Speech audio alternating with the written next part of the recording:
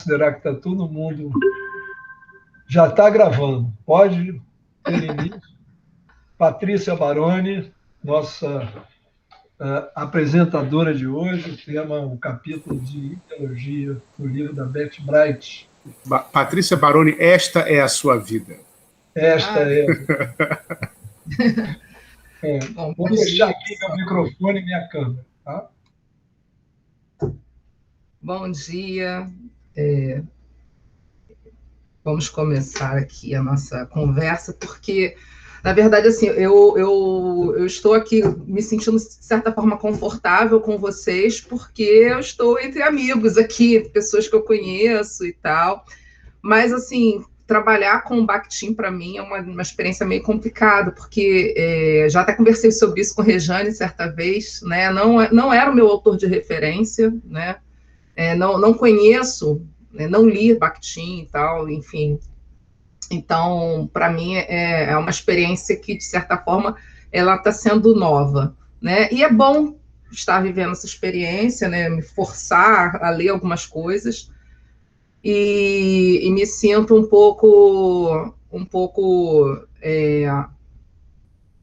não tão com tanta confiança assim naquilo que trago. Então, por isso eu queria convidar a quem está na sala para, de certa forma, partilhar o que puder e, enfim, conversar, né? De certa forma que a gente consiga fazer não uma fala minha sobre o Bakhtin ou sobre o texto que li, né, de outro autor falando de um conceito de Bakhtin. Não sei nem se fala Bakhtin ou se fala Bakhtin, por favor, depois vocês me corrijam. Bakhtin, ok.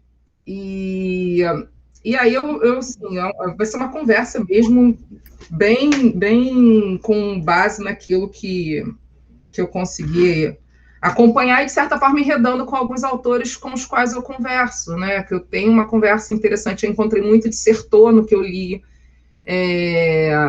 encontrei muito de Latour em algumas questões, então encontrei alguns autores conversando aqui.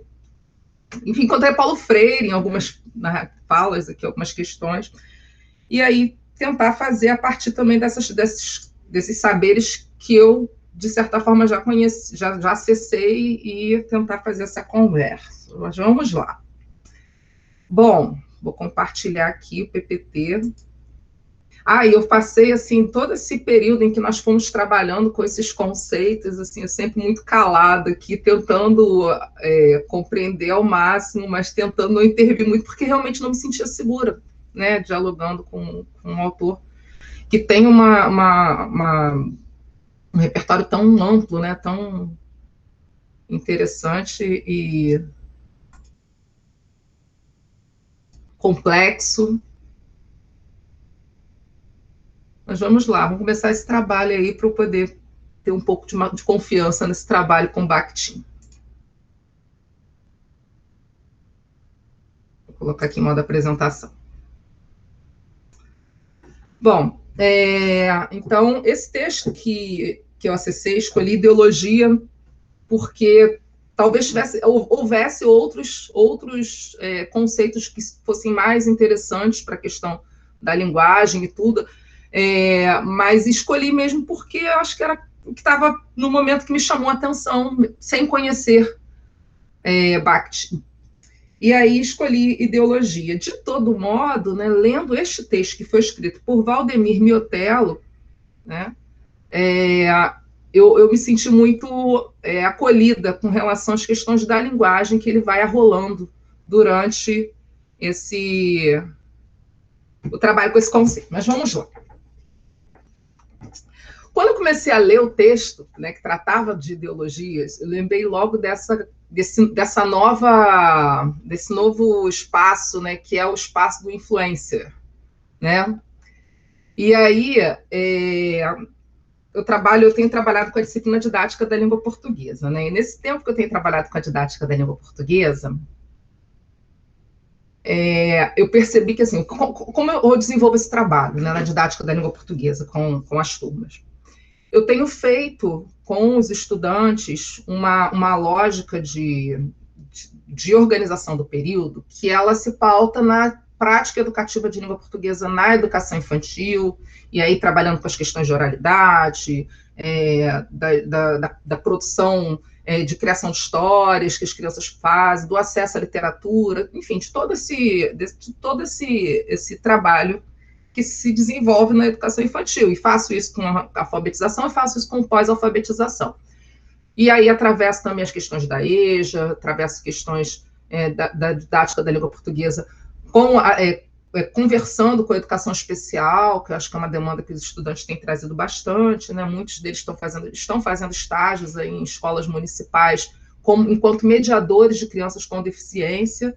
Então, é um diálogo que a gente tem feito durante as nossas aulas. Mas o que me salta durante essas conversas com os estudantes tem sido uma coisa bem interessante, que é assim, a questão, a imagem, o conceito que eles ainda têm com relação à língua portuguesa em si, né? Esse olhar que as pessoas têm com relação à língua portuguesa, enquanto algo que está dado, está pronto, né? Está fixo.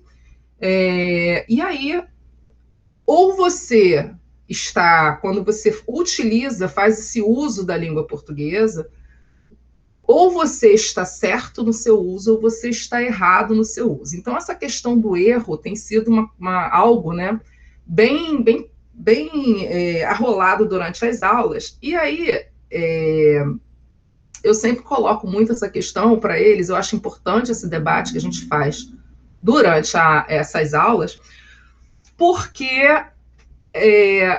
na verdade, esses estudantes estão se formando enquanto pedagogos, né? Daqui a pouco eles estarão aí nos espaços escolares, né? E eu falo com eles que trabalhar a didática da língua portuguesa não significa que a gente vai se tornar fiscal, né, de uma convenção, né? Então, converso sobre isso, e aí para a gente poder pensar um pouco, mas aí eu sou corrigido também quando eu faço tal coisa, se eu escrever alguma coisa com um erro de português, eu sou corrigido, e nem sempre essa correção, ela é feita de uma maneira mais dialógica. Então, acontece essa discussão, então, eu não sei se vocês conhecem, né, esse influencer, eu vou até fechar aqui, porque eu não vou conseguir mostrar para vocês pelo YouTube. Eu vou mostrar aqui pela minha outra tela, né? Eu não sei se vocês conhecem ou já ouviram falar desse influencer, né, que é o Matheus Costa. E eu fiquei pensando, quando fui falar de ideologia, eu fui pensando justamente nessa questão dos influencers, né? Porque é isso, é alguém que está ali e mostra cotidianamente seu modo de estar, de viver, de ser e o que eles pensam a respeito das coisas. Então, tem sido as pessoas que têm trabalhado, né, de certa forma, essa ideologia, né, no âmbito da rede social, da mídia social. E aí, eu comecei a problematizar essa coisa do erro na língua portuguesa, né, com os estudantes da didática da língua portuguesa, justamente utilizando os vídeos do Matheus Costa, que descobri que é meu vizinho aqui, né, em Copacabana. Então, o Matheus Costa, ele bombou na internet, né? Ele pipocou na internet quando ele começou a fazer vídeos, né, que ele chama de trollagem dos pais, né, principalmente do pai dele. Para salientar, né, o pai do Matheus, que é o seu José, ele é um militante, ele é um ex-sindicalizado, né, ele está aposentado, ele era do sindicato dos bancários, e foi diretor do sindicato durante alguns anos, então ele tem um viés, um modo de se apresentar, e eu já vi vários vídeos dele, né, com ele, né, porque o Matheus faz, né, e aí ele se coloca sempre como uma pessoa bem dura, assim, sabe, aquela pessoa de esquerda bem dura, bem, né, com ideias muito fechadas e tudo. E aí, o que o Matheus começou a fazer, né? O Matheus é um menino de 25 anos, super inteligente, né, descolado, que aí começou a perceber que todas as vezes que ele fazia alguma coisa, falava alguma coisa fora da convenção da língua portuguesa, perto do pai, ele irritava muito o pai. E aí até trouxe um videozinho do Matheus aqui, posso compartilhar aqui com vocês rapidinho, para a gente poder rir um pouquinho da brincadeira que o Matheus faz, eu trago esse vídeo. Por que eu trouxe esse vídeo? Porque eu trago esse vídeo na disciplina didática da língua portuguesa com os estudantes, e aí eu fico perguntando para os estudantes em que momento eles são o pai do Matheus, em que momento eles são o Matheus. Vou trazer aqui rapidinho. Aí.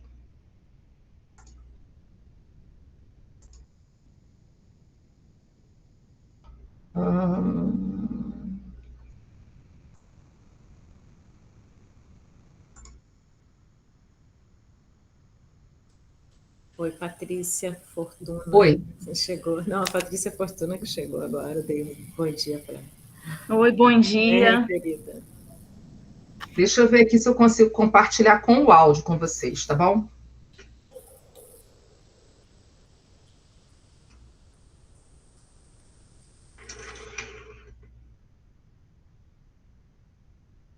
Qual é, Ricardo? Falei aqui com meu pai, ele falou que pode vir sim, pode vir tranquilo. Então, pô, é isso que eu tô falando com ele aqui, pra ele vir. Não, você não tá falando. Não é pode vir, é pode vir. Ah, então pode ou não pode? Já vim demais. Pode, Matheus, mas é pode vir. Então pode vir, Ricardo, não tem problema. Já foi. Vir. Olha, tá animado, pode vir então, que vai ser legal quando você chegar aqui. Qual é, Ricardo? Falei aqui com meu pai, ele falou que pode vir sim, pode vir tranquilo.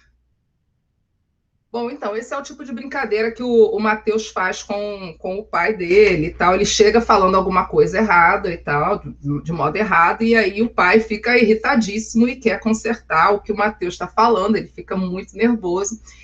E aí, né, depois que ele fez muitas dessas trollagens com o pai, ele resolveu fazer umas outras, né, lidando com essa militância que o pai tem. E aí ele vai utilizar... Por que eu trouxe esse vídeo para cá? Porque o Matheus ele vai utilizar justamente dessa negociação que a palavra permite, né, para problematizar o modo de pensar do seu pai, a ideologia que esse pai tem. Então, eu vou tentar compartilhar, que eu acho que na hora que eu compartilhei, não sei se apareceu o vídeo, mas eu vou tentar aqui... O vídeo não apareceu, não, só o áudio. Pois é, se eu compartilhar aqui também, como eu coloquei no PowerPoint, ele também não está compartilhando. Não sei qual é o caso aqui da internet, mas eu vou compartilhar o que está no PPT aqui e acho que, de repente, pelo menos a gente vai ver um pouquinho da imagem. Espera aí.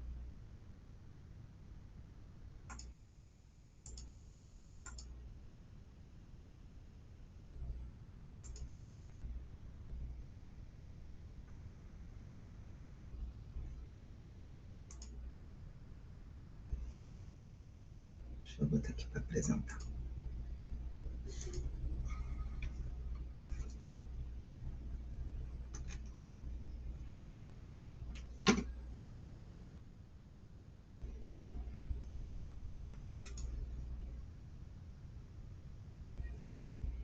Imitando o errado com meu pai. Pai, você pode me ajudar numa pesquisa aqui que eu estou fazendo pro Dia dos Pais? Pesquisa de quê? Uma pesquisa com o pessoal aqui pro Dia dos Pais. Que pessoal, Matheus? O pessoal aqui, toda a internet, pode ajudar rapidinho? Ah, Então, primeira pergunta. Você tá com frio? tô. Pô, não. Não pode dizer que tá com frio. Tu sabe o que é frio? Tu sabe quantas pessoas passam frio na rua? Mendigo dorme na rua, não tem casaco. Você pesquisa ou é o quê? Não, mas Como é que é a história? tu tá com frio? Tô com um pouco de frio. Não tá com frio. Tu não sabe o que é frio, então. Frio é quem tá na rua, não tem nada pra se cobrir, não tem um casaco. Claro, né, Matheus? Pô, mas a gente não tá comparando isso aqui, né? Que isso, cara? Doideira é essa? Se eu tô com frio, Então, você já tomou banho hoje? acabei de tomar banho. E você sabe quantas pessoas não podem tomar banho porque não tem água? Você já jantou? Não. Tá com fome? Tô. Não, você não tá com fome, pai. Não tá com fome, não pode dizer que Você que vai saber se eu tô com fome ou não? Não, você não, eu acho que você não sabe o que é fome, então. Você sabe quantas pessoas passam fome de verdade, que não tem o que comer na rua, passam fome? Aí você tá certo. Pois é, A fome que eu tenho é a mesma. pois é. Eu pude perceber aqui que você tá usando óculos. Você tem miopia? Você sabe, né, Matheus? comprar óculos para usar, sabendo que um monte de gente também tem miopia e não consegue comprar óculos? Acho justo, como eu acharia justo que eu ajudasse a que eles comprassem de alguma forma. Isso aí, mandou bem, mandou bem, mandou bem. Bom, então, assim, o que eu quis trazer quando vi esse vídeo, né? Essa ideologia se dando e se problematizando a partir da palavra, né?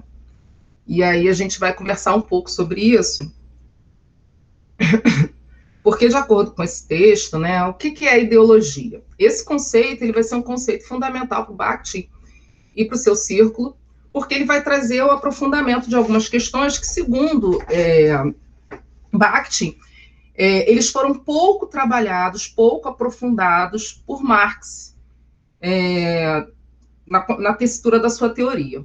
Então, ele vai trazer com muito cuidado, né, a questão da relação entre a infraestrutura com a superestrutura, ou seja, do simples, do cotidiano, do que é corriqueiro, com a superestrutura, que é o que está dado, o que está posto, o que mantém a estrutura de classes. Ele vai trazer essa relação. E outra coisa que ele vai trazer também, que aí foi o que mais me interessou e que me chamou a atenção, foi justamente essa ideia da constituição do papel dos signos nesta perspectiva da ideologia. Como é que a concepção de signo é atravessada pela concepção de ideologia, a concepção de ideologia precisa e depende da concepção de signo, de acordo com Bakhtin. Bom, essas ideias que foram trazidas, elas estão presentes nesses dois livros, o Marxismo e Filosofia da Linguagem, e também no Problemas da Poética de Dostoiévski. Bom, então, para começar, né, esse autor, o Vladimir, ele vai trazer uma ideia de que esta concepção de ideologia, ela foi pouco trabalhada por Marx, e que, ao tratar ideologia, a perspectiva de Marx, ela era, de certa forma, mecanicista. E aí, como era essa perspectiva segundo Marx? Né? A teoria marxista. Oi? Desculpe, mas eu acho que os seus slides não estão acompanhando. A gente está vendo ainda o slide que tem a imagem do influenciador. Eu acho que você já falou dos livros e tal. Isso. Pois é, peraí que eu vou resolver isso aqui. Agora tá, a ideologia era por vezes uma questão de consciência. Peraí, vou voltar aqui. É isso que a gente está vendo aqui. Gente, às vezes, olha, esse negócio do computador. Agora sim, então. Vai os caindo. Vou postar assim, que eu acho que fica melhor do que eu fazer pela apresentação total, tá? Se ficar muito ruim, aí vocês me avisam. Esses são os livros de que eu falei, né? Marxismo e Filosofia da Linguagem e o Problemas de Poética de Dostoiévski.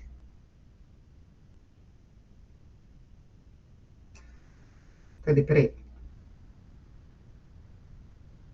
Bom, e aí, falando da questão da ideologia, né? Eu falei que para Bakhtin, ele vai trazer umas questões mais aprofundadas a respeito da ideologia, principalmente com a questão da superestrutura e da infraestrutura e da constituição do papel dos signos. E estava aqui. Né?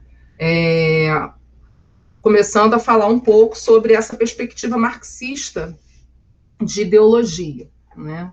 Então, como é essa perspectiva de ideologia na teoria marxista, né? Que, segundo esse autor, é uma perspectiva bastante mecanicista.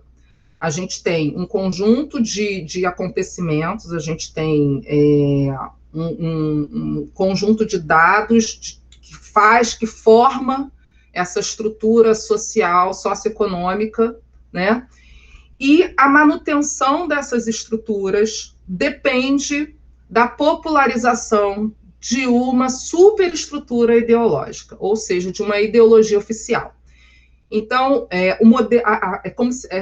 bem essa perspectiva de que a estrutura social se mantém na medida em que a gente tem uma ideologia também estrutural, que produza essa permanência dessa dessa divisão de classes, né, que fundamenta o capitalismo. Então, Marx vai trazer essa perspectiva, que a gente tem uma ideologia pronta, uma ideologia dada, uma ideologia fixa, não negociada, né, que mantém essa estrutura socioeconômica. Então, essa é a perspectiva marxista, segundo o texto, né? E essa ideologia mais individualizada na instância do sujeito, ela acabava sendo vista dentro da teoria marxista ou por uma questão da consciência ou por uma questão transcendental, assim, do mundo psicologizada, vamos dizer dessa forma. Então, de acordo com Bakhtin, em seu círculo, se fazia necessário quebrar essa tradição de análise, de achar que a mudança de consciência, ela se dava internamente, ela se dava somente na instância do sujeito. Então, de acordo com Marx, a gente, ora, essa ideologia era uma ideologia interiorizada, subjetiva, né? Essa ideologia do sujeito, ela era uma ideologia interiorizada, ela era algo que estava permanentemente na cabeça do homem e, como sendo algo interno, na medida em que esse homem morre, essa ideologia também morre. Ou, né, por vezes, nessa teoria marxista, a gente também vai encontrar essa ideia da ideologia idealista psicologizada, né? A ideia de uma ideia já dada com a qual é possível apenas se defrontar. A gente não consegue modificar essa estrutura, né, essa superestrutura ideológica, porque a ideologia presente no sujeito, ela é uma ideologia que a única possibilidade que existe, por uma ser muito maior e a outra ser muito menor, né, a gente só consegue se defrontar com ela e não enfrentar a superestrutura. Essa é uma perspectiva que está sendo trazida aqui à luz do pensamento de Marx. Só que Bakhtin vai trazer uma perspectiva para a gente de uma ideologia que é entendida como um acontecimento vivo e dialógico. Essa ideia fixa de uma ideologia estável, né, de uma ideologia pronta, dada, né, de uma superestrutura que impõe essa ideologia e que aos sujeitos resta apenas um movimento interior, né, Bakhtin vai problematizar essas questões. Ele vai dizer que a concepção, a construção dessa ideologia, ela se dá no movimento. Ela é viva, ela é dialógica e ela se dá nesse contexto de relação. Para Bakhtin, a ideologia é um conceito que se dá entre a instabilidade e a estabilidade. Ele não vai negar totalmente a ideia de Marx, óbvio, né?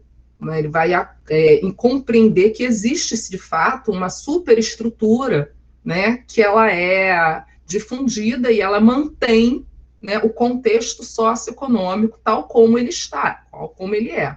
Mas, por outro lado, Bakhtin vai dizer que também existe uma instabilidade nos discursos dos sujeitos, porque os sujeitos eles se relacionam o tempo inteiro na instância do cotidiano, e que, portanto, essa ideia de que existe uma ideologia subjetivizada, né, interior, ela cai por terra, porque essa ideologia do sujeito se daria na relação, e as relações são absolutamente instáveis. Então, ele vai falar desse conceito, trazer esse conceito de ideologia, ele vai transitar nessa balança que está aqui, da instabilidade e da estabilidade. A ideologia, de acordo com Bakhtin, ela não está pronta, ela vai se dar na concretude do acontecimento.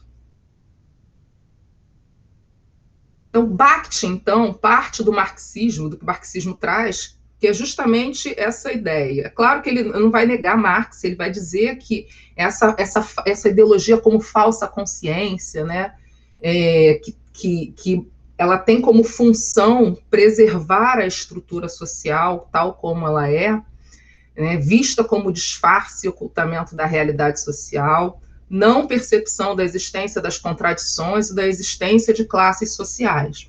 essa superestrutura, ela nega a existência das classes justamente para manter a existência dessas classes. Então, ele vai partir dessa ideia de Marx para dizer que existe, sim, uma ideologia oficial que nega essas classes sociais, né?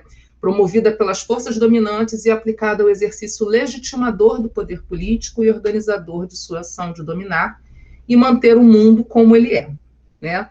E eu trouxe como uma ilustração disso que eu estou dizendo, a camisa, né, que é colocada, que é trazida, né, pelo movimento, né, que acompanha o atual governo federal, né, que as pessoas, gente, eu moro em Copacabana, entre o posto 5 e o posto 6, né, exatamente no ponto de partida de todos esses movimentos, né, pró-governo. E aí aqui, assim, se transforma num grande carnaval verde e amarelo quando os movimentos acontecem, até porque eu moro muito próximo à estação de metrô, de onde muita gente vem, né, para participar desses movimentos, e aí você vê essa ideia, né, desse jargão que é trabalhado, que é o meu partido é o Brasil. Assim, olha, desculpa, né, não tem partido, né, mas eu também sou brasileira, mas eu não consigo me sentir representado naquilo ali. Mas, assim, é um discurso que ele legitima e parece que você não tem essas contradições nessa sociedade quando você coloca essa camisa, é um discurso amplamente difundido. Eu tive a curiosidade, eu fiz a vontade de passar nas ruas nesses dias de movimento, porque eu não consigo fazer quórum, sabe, para esse movimento, sabe? Mas a vontade que eu tenho, às vezes, é de descer, porque, por vezes, eu vi, né, as barracas com os camelôs, né, vendendo, assim, você vê pessoas que são completamente diferentes das pessoas que estão participando do movimento, ali fazendo a venda destas camisas, né? Então, eu já tive vontade de passar ali, porque a questão da classe social, ela está dada, ela está posta, ela acaba sendo negada, né, pelo discurso que é difundido, divulgado, e que acomete a todo mundo que está ali. Essa seria a chamada ideologia oficial, né, para Bakhtin. Mas aí é isso, o marxismo traz essa ideia de que existe uma força maior, né, uma força de referência, que é o que ele vai chamar aqui, que produz essa falsa consciência de que a gente não tem desigualdade social. A gente viu várias imagens aí no movimento que aconteceu em 7 de setembro, das pessoas passando, a pessoa em situação de rua deitada ali, a pessoa passando com a sua bandeira, como se aquela realidade social não existisse. E aí o Bakhtin, ele vai dizer o seguinte, o Bakhtin, ele vai colocar um contraponto, né? Na verdade não é bem um contraponto, ele vai dizer que esta ideologia oficial, né, essa ideologia de referência, ela está ali, mas também tem outra coisa, né? Ele vai dizer que ao lado dessa ideologia oficial existe a ideologia do cotidiano. E o que seria essa ideologia do cotidiano, segundo Bakhtin, né? É a ideologia que se dá nas brechas, nas pequenas conversas, no dia a dia, né? No ponto de ônibus, quando uma pessoa conversa com a outra, né? Quando você está ali conversando, poxa, hoje choveu, hoje o tempo está ruim, nossa, o trem atrasou, eu acabei demorando para chegar no ponto do ônibus e tal, mas quem que é esse presidente, hein, gente? Então, assim, é aquela conversa que transita com muitas coisas, com muitas informações, com muitas opiniões, com muitos modos de se colocar nesse mundo. Ela faz uma diferença e ela seria, segundo Bakhtin, chamada ideologia do cotidiano. Eu lembro, quando eu li isso aqui, eu fiquei encantada, porque como pessoa que trabalhou com Nilda Alves durante muito tempo, pesquisas com os cotidianos, e sabe a importância que essas relações cotidianas, elas exercem, principalmente na produção de conhecimento. Então, assim, eu fiquei muito acolhida quando eu comecei a ler a respeito da ideologia do cotidiano. E aí a gente vai ter, por exemplo, coloquei aqui uma foto de um ponto de ônibus, e aí é uma pessoa conversando com a outra está ali, não está participando da conversa, mas está prestando atenção. Então, essas pequenas nuances, né, da relação, que não são pequenas, na verdade, para o Bakhtin, elas são relações extremamente ricas e importantes, né? Elas se dão também e elas produzem uma ideologia, né, que está ao lado dessa ideologia oficial, que é uma ideologia do cotidiano. Então, a ideologia oficial, né, ela é entendida como relativamente dominante, né, até porque ela tem uma força de imposição, né, muito maior, procurando implantar uma concepção única e produção de mundo. Para Marx e Engels, o momento de surgimento da ideologia é um instante em que a divisão social do trabalho separa o trabalho manual do trabalho intelectual. E aí eu fui tentando buscar esses discursos, né, da ideologia oficial, por exemplo, esse de que a economia não pode parar, né? Eu tentando ler isso, né, vejo, né, quando eu pego as imagens do BRT lotado, dos metrôs, das pessoas brigando no metrô, uma porque está com máscara, outra porque tirou a máscara, enfim, tudo isso acontecendo, né? Mas o discurso que ele está predominando, que ele foi circulando durante a pandemia, o discurso oficial era de que, olha, gente, a economia não pode parar, né? E aí, essa economia não pode parar legitima bem essa, né? Não diz claramente, né? Mas deixa muito difundida essa ideia de que a mão de obra manual, ela precisa sair para trabalhar, enquanto a mão de obra intelectual, ela pode fazer o seu trabalho de maneira remota e tal, e é isso, é um discurso que vai lá fazendo com que as pessoas se conformem nessa situação. Então, essa é a ideologia, eu trouxe como exemplo de ideologia oficial aqui.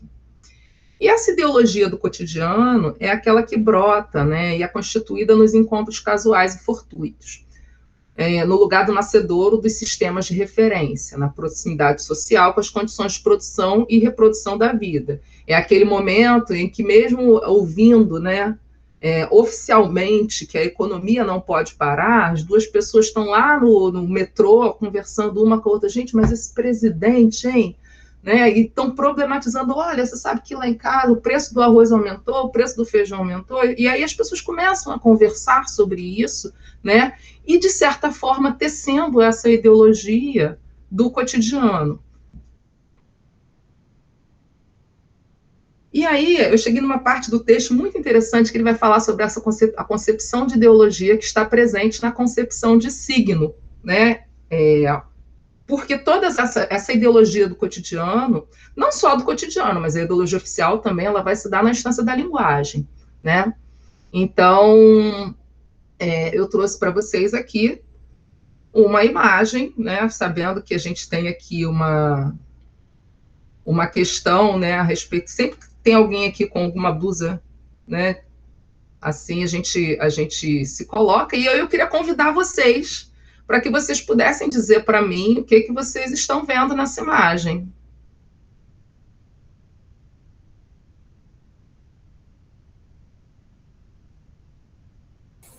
Vocês estão vendo a imagem, gente? Sim, a camisa do Vasco. Só não estou conseguindo ler o que está escrito ali. É um autógrafo, sei lá o quê. E tem a faixa, assim, e tem a caixa, a logo da caixa sobrepondo-se à faixa como se de repente fosse mais importante do que o símbolo do time, sei lá, uma coisa assim de estranho, né? Isso, essa logomarca enorme da caixa assim em cima da faixa do Acho que é isso que tá dando, isso que deve estar dando azar com o Vasco, né? Não, é porque é ruim mesmo, não tem jeito. Obrigada, gente. Então, eu coloquei a blusa do Vasco, porque eu sei que várias pessoas aqui nesse grupo, elas são flamenguistas, eu sou vascaína, nunca tive a oportunidade de contar isso, mas eu sou a vascaína do grupo. Tadinha, a gente te entende. Poxa. Rejane também é vascaína. Rejane, pronto. Eu sou vascaína por tabela, né? Eu sou figueirense, na verdade, né? Mas eu sou de uma família vascaína. Santa Catarina tem muitos vascaínos por conta da colônia açoriana, essa gente, né? É a explicação que me deram uma vez. Nada, é porque muita gente serviu o exército aqui na Quinta, ali no São Cristóvão, do lado do Vasco.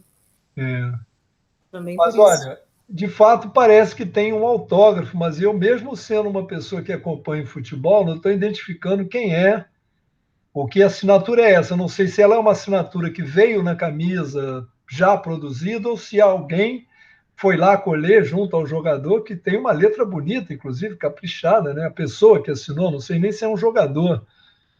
Guinazu, talvez. Guinazu, que era um argentino careca, tipo um pitbull da vida, um cabeça de área. Agora eu identifiquei. Shadow, né? Cholo, Guinazu 5, que era a camisa que ele usava. O que eu vejo sempre nessas camisas, e aí acho que isso tem uma contribuição interessante, eu acompanho futebol desde 64, 65. A camisa era uma coisa sagrada, ninguém botava nada na camisa, as cores da camisa não podiam de forma nenhuma serem alteradas. Essa camisa não só tem uma porção de coisas, como ela usa cores que não são as cores do Vasco, que estão no estatuto do clube, né? Tinha tudo isso, foi quebrado, né? Exatamente. A camisa do Vasco tem uma história também interessante, porque ela era preta, não é? Quem pede, aí o branco é para alternar, para fazer contraste, quando passa a ter essa exigência, e quem pede para botar ou sugere para colocar uma faixa diagonal branca para poder diminuir o calor é o Andino Vieira, que era um treinador uruguaio, que disse, faz que nem o River Plate, bota uma faixa assim, porque aí pelo menos nessa parte do peito não vai ter tanto calor, porque o preto, né, quem já jogou bola com camisa preta, que nem eu já fiz, meu time, eu jogava na praia e uma das camisas era preta. Então, assim, eu vejo isso tudo, né, vejo quantas informações eu tenho, né, não vejo apenas a camisa de um time que não é o time pelo qual eu torço, mas agora que eu descobri o Goiano Azul, né. E o anunciante da manga ali, que eu não sei o que é aquilo, o Tron, eu não sei nem o que é o Tron, o que ele faz. Eu acho que é um energético. Natural, né? É verdade. Eu acho que era um Guaravita da vida, né? Isso. Deonice? Acho que a Deonice tinha colocado alguma questão. Então, eu trouxe essa... Não, eu falei o que eu achava que era o da manga só, que eu acho que era o energético, um Guaraná, uma coisa assim. Isso. O Marcelo falou um Guaravita da vida, né? Enfim, eu trouxe essa camisa para a gente justamente pensar essa concepção de signo. E aí, quando eu convido vocês a perguntar, a dizer o que vocês estão vendo quando veem essa camisa, né? A gente acabou trazendo vários sentidos para essa camisa que foi apresentada. Assim, claro, quando Marcelo Maldonado começa a dizer, olha, o que vocês estão vendo? Ele fala, eu estou vendo uma camisa do Vasco, enfim, com essa ilustração, com a faixa, com isso, com aquilo. O que o Marcelo está trazendo? O sentido físico material dessa imagem. Né? É uma camisa, né? Isso aí ninguém pode questionar, né? Esse sentido físico material ele está presente no signo. Além disso, essa camisa, né, olhar essa imagem traz para nós um sentido que também é sócio-histórico. Então, para mim, né, eu como vascaína, né, para a Rejane, tocou em outro momento, tocou em outro lugar ver essa camisa, né? O sofrimento, né? A Rejane colocou lá no chat, né? Sofrendo, né? Esse sofrimento que tem uma relação com a nossa relação com este time de futebol. Então, quando o Marcelo vai trazer a trajetória, vai falar dessa questão histórica, de Santa Catarina, a Rejane vai trazer. Então, a gente tem também nessa imagem, não apenas a ideia de que é uma camisa, mas que é uma camisa que tem um tempo e um lugar social para ser falado, para ser narrado, né?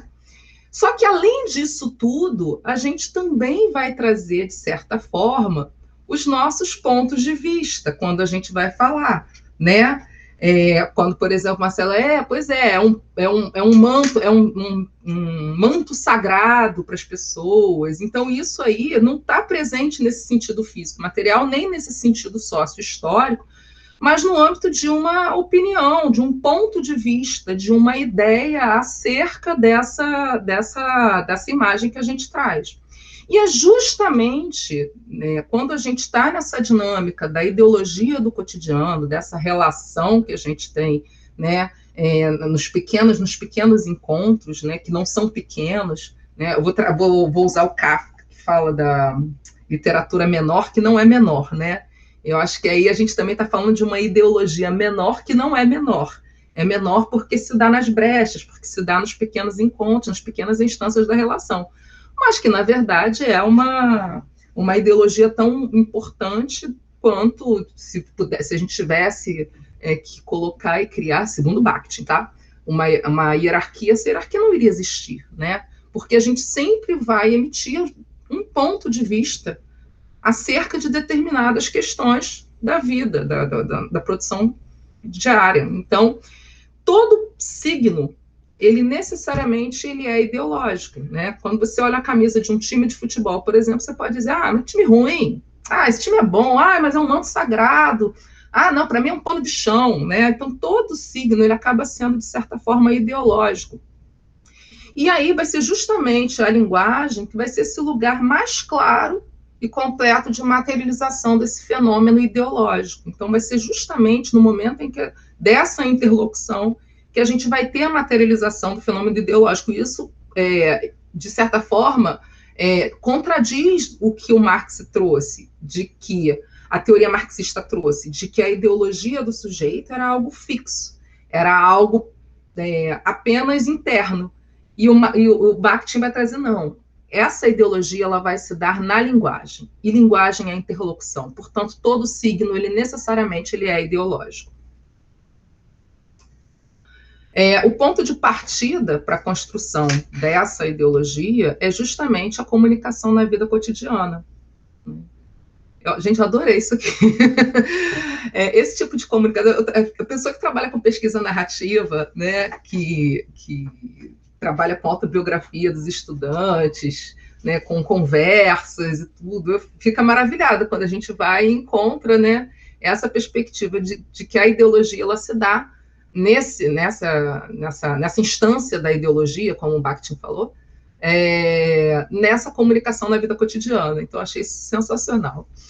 Esse tipo de comunicação tem vínculo direto tanto com os processos de produção material da vida, né?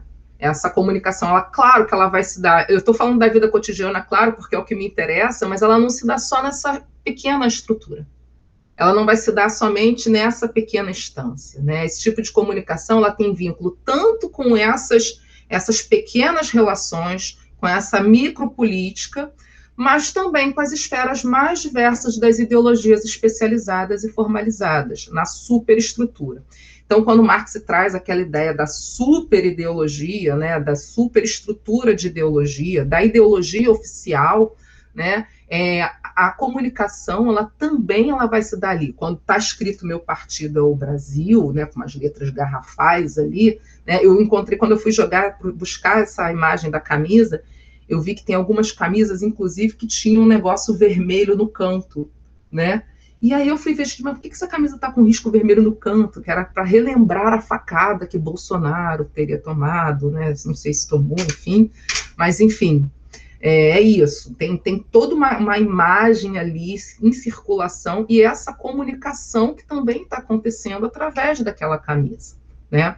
Então, essa comunicação ela tem uma interferência, né, esse signo ideológico, ele tem uma interferência direta no que a gente vai pensar, no que a gente vai produzir, e principalmente na manutenção ou no enfrentamento da sociedade classista. Então, como exemplo aqui, eu trouxe duas narrativas, por exemplo. A primeira é a narrativa que está presente num jornal, tá? Integrantes do MST invadiram uma fazenda em Pernambuco. Então, quando a gente lê isso, a gente está demarcando o lugar social, tanto do dono da fazenda, quanto do MST.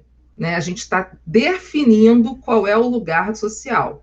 Tem alguém que tem uma propriedade e alguém que está invadindo uma propriedade.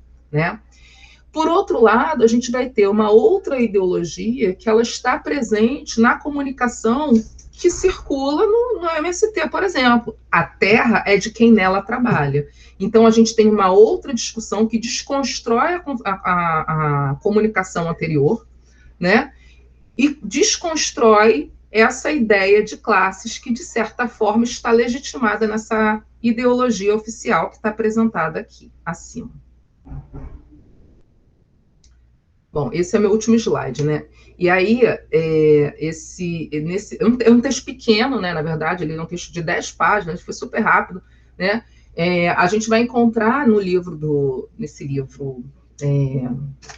gente, o primeiro livro lá que eu apresentei, daqui a pouco eu volto lá, esse fragmento que diz o seguinte: uma ideia forte, verdadeira e significativa se sabe trocar aspectos da vida de um determinado grupo social, se consegue clarear a posição fundamental deste ou daquele grupo na luta de classe. Então, como a gente viu no exemplo anterior, né, quando o MST afirma a terra é de quem nela trabalha, a gente consegue difundir uma ideia de que, olha, a terra, a propriedade, não é bem assim definida como vocês definiram oficialmente. A propriedade é de quem nela atua. Então, problematiza e localiza, né, posiciona na luta de classes. Dentro das palavras, em uma sociedade de classes, se dá discursivamente a luta de classes. Então, a gente vive, né, nesse momento, por exemplo, uma guerra que é uma guerra discursiva. Né? O tempo todo a gente está no enfrentamento discursivo. E é justamente esse enfrentamento discursivo que tem produzido aí incontáveis exemplos para a gente de questões maravilhosas. Não sei se vocês viram aquele vídeo que um rapaz fez durante a manifestação de 7 de setembro, né, aqui em Copacabana, em que a pessoa fala assim: oi, tudo bem? E aí, meu partido é o Brasil, né? Já vai trazendo esse discurso oficial, o cara vai chegando perto, né? Vai chegando, isso aí, não sei o quê, estamos aí com o mito, estamos aí com o mito. Então, me diz aí, você é contra ou a favor do foro privilegiado? Eu sou contra o foro privilegiado, né? Eu sou muito contra. Por quê? Não, porque tem que acabar com essa roubalheira, tem que acabar com essa corrupção, entendi. E você sabe quem recebeu o foro privilegiado? Quem está brigando aí para receber o foro privilegiado? Ah, já sei, Lula Lau, né? Com certeza. Não, é o Flávio Bolsonaro. Ah, então vai comer capim. Então, assim, é essa guerra discursiva o tempo todo que a gente está experimentando, né? E aí, no fim desse texto, Bakhtin vai ressaltar que essa ideologia oficial, ela está posta, mas ela também, ela não é fixa, ela está o tempo todo precisando se atualizar em razão da ideologia cotidiana, em razão desses pequenos movimentos, né? O tempo todo eu percebo que um grupo está tentando dar respostas a outro grupo, nessa guerra discursiva que a gente vive neste momento, né? Então, trazendo essa ideia. E aí, para fechar, ele traz um exemplo, por exemplo, que é um exemplo que é o casamento, né? O que é o casamento no discurso oficial? O casamento é a institucionalização da relação entre duas pessoas, de um homem e de uma mulher. E aí, na medida em que a vida cotidiana vai trazendo outras formas de casamento, né, esse sentido de casamento, isso vai sendo, assim, a sociedade começa, a ideologia oficial começa a tentar trazer um novo discurso, uma atualização para esse conceito, para essa ideia de casamento, mas sem, de certa forma, perder aquilo que está configurado, né, como discurso oficial, para tentar manter, não, olha só, tudo bem, mas, né, casamento é entre homem e mulher. E aí, mais uma vez, a gente vai ter uma luta discursiva também nesse processo. Bom, gente, é isso que eu trouxe, mas eu queria conversar com vocês e ouvir agora. Então, eu vou fechar aqui. Vocês podem me dar nota, tá, gente? Porque... Não, Patrícia, é fantástico. Muito, a tua contextualização com... Eu gostei dessa professora porque ela dá exemplo. É isso aí. ela mata a cobra e mostra o pau. É isso Patrícia, aí. O sentimento não pode parar. Eu trabalhei com exemplo. Eu sou super Alice. Ouviu, Patrícia? O sentimento não pode parar, tá? Eu estava aqui quietinha. No caso do Vasco, o que para não é o sentimento, é a defesa, é o meio-campo, é o ataque. Isso não vai. Eu ia gostar mais se o exemplo fosse com a camisa do Fluminense, mas tudo bem. Ih, meu Deus do céu, cada um pior que o outro. Olha. E bota os pontos de vista. Meu vizinho aqui, né? Estou aqui na frente do Fluminense. Eu estou lendo, só para trazer também um exemplo, eu estou lendo você falou da questão, né, da discursiva, né, da disputa de discursos, que hoje em dia está mais popularizada, a disputa de narrativas, né? E ontem eu estava, antes de eu falar da outra coisa que eu comecei, que eu estou lendo, o âncora da Band, um deles estava tentando explicar qual era a diferença de mentira para fake news, né? E aí tentou dar exemplos, assim, não foi muito feliz no meu modo de ver. Eu fiquei pensando, né? O que é uma disputa de discursos, de narrativas, de visões, né? O que é você dizer o Brasil se constitui, né, pela fusão de 3 raças, né, o índio, o branco e o negro, como está classicamente na tradição da escola, e o outro, não, peraí, não foi bem assim, né? Os índios estavam aqui, chegou a colonização branca de forma violenta, depois trouxe os negros escravizados, né, assim, mas você não necessariamente altera fatos, não é? Vamos dizer, qual é o limite entre uma visão dos fatos e a invenção de fatos, né? Como, por exemplo, se você tomar determinado remédio ou se você tomar a vacina, pode te acontecer, sei lá, cair o seu cabelo, não é? Que não existe isso. Agora mesmo, tá? Na disputa hoje, o tema de hoje, de ontem para hoje, mantém ou não mantém a vacinação dos adolescentes, não é isso? E hoje o Queiroga revela, é o Queiroga que revela, que o presidente da República solicitou que ele fizesse, porque, enfim, não sei com base exatamente em que, e aí começam as disputas. Então, olha, parece que há relatos de casos de miocardite em adolescentes. Aí o correspondente da Band, que está em Nova York, diz, olha, não é isso. Aqui nos Estados Unidos ninguém cogita. O que tem é que pessoas que já tinham uma doença e tal. Então, assim, a disputa de discursos, de visões, né? A disputa ideológica hoje, isso que eu acho que aí fugindo um pouco da conceituação do Bakhtin, mas entrando nela no nosso mundo real, no nosso contexto, né? Que eu acho que você tem um elemento que não é novo, mas que eu acho que é muito ampliado e que talvez na história recente estivesse mais ou menos neutralizado, que é o da invenção, né, de informações, ou de trazer informações, porque essa ideia de que você, o que eu ia dizer no começo, a ideia da interpretação, da história oficial, da própria propaganda, né, a palavra propaganda, que me dá da igreja, né, essa coisa, só eu posso propagar. Né? Eu estou lendo um livro do Humberto Eco que fala sobre discute a busca da língua perfeita dentro do contexto europeu. E uma coisa que ele fala é que o Santo Agostinho, né, que é um dos grandes leitores e intérpretes da Bíblia, né, ele não sabia nem o hebraico nem o grego, que são as 2 línguas em que a Bíblia teria sido escrita, e não se dispunha muito a aprender. Portanto, a hermenêutica dele, vamos dizer assim, já começa, né, com essa questão. Quer dizer, então, o quanto que você tem hoje, dentro desse cenário da linguagem como algo necessariamente ideológico, alguma coisa que permite, a partir de uma certa ideologia, que você fale não sobre a camisa do Vasco, por exemplo, né? Ou sobre a camisa do manifestante, mas sobre uma coisa que sequer existe, ou que você inventou, né?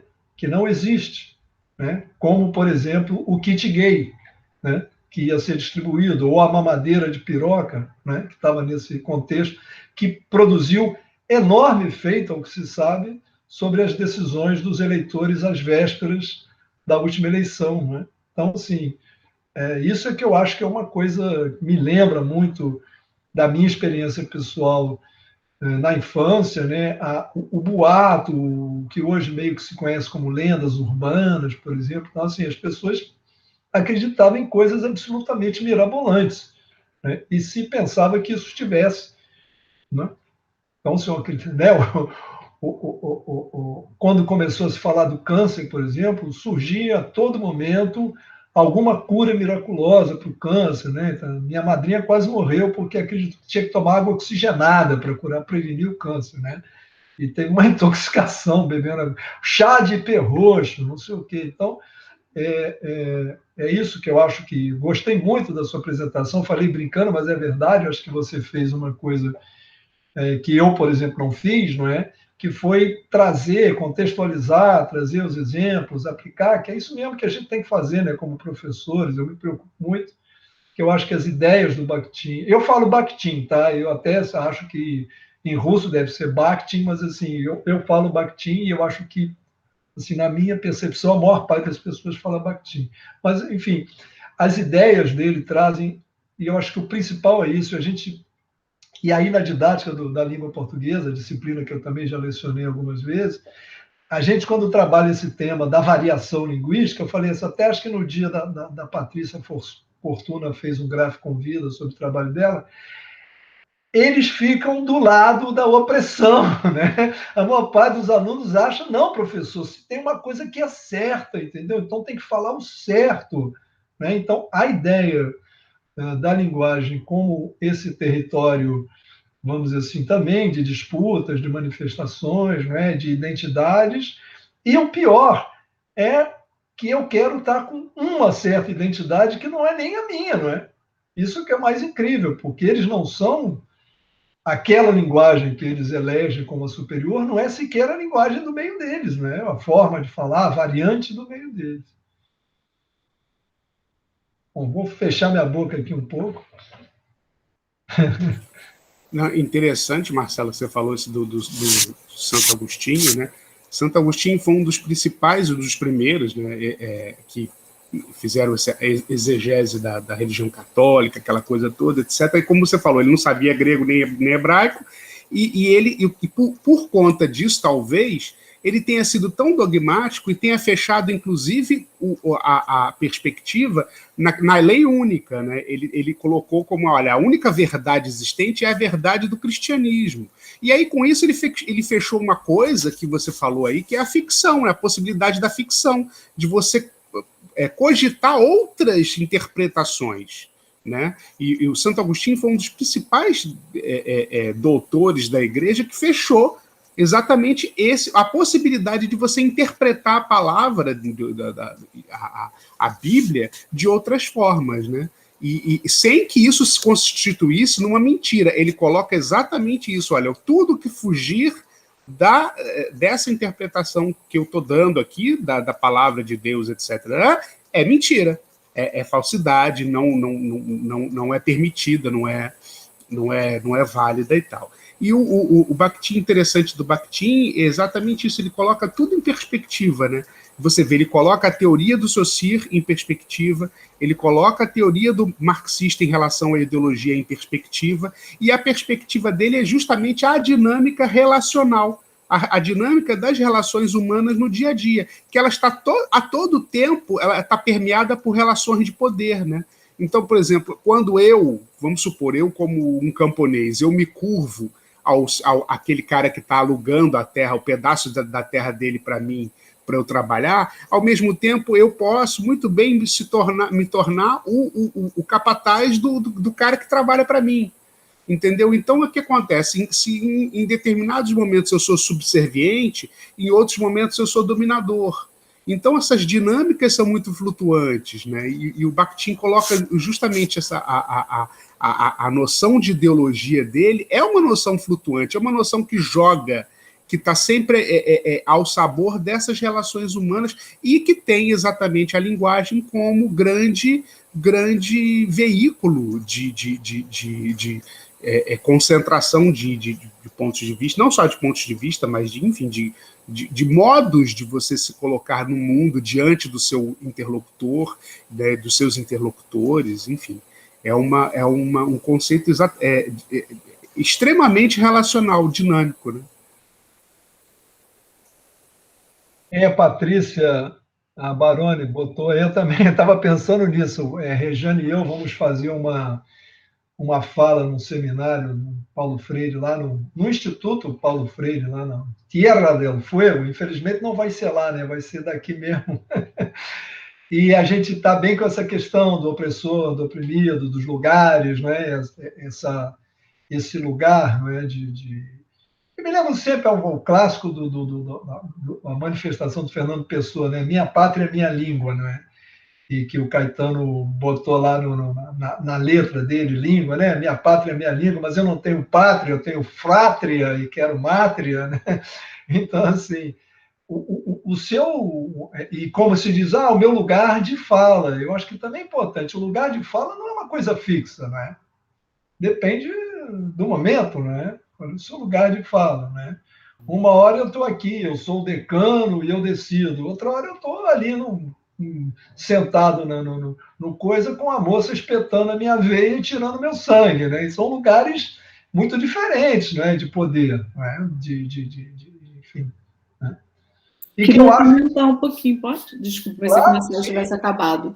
Não, pode falar. Marcelo, termina, desculpa, conclua.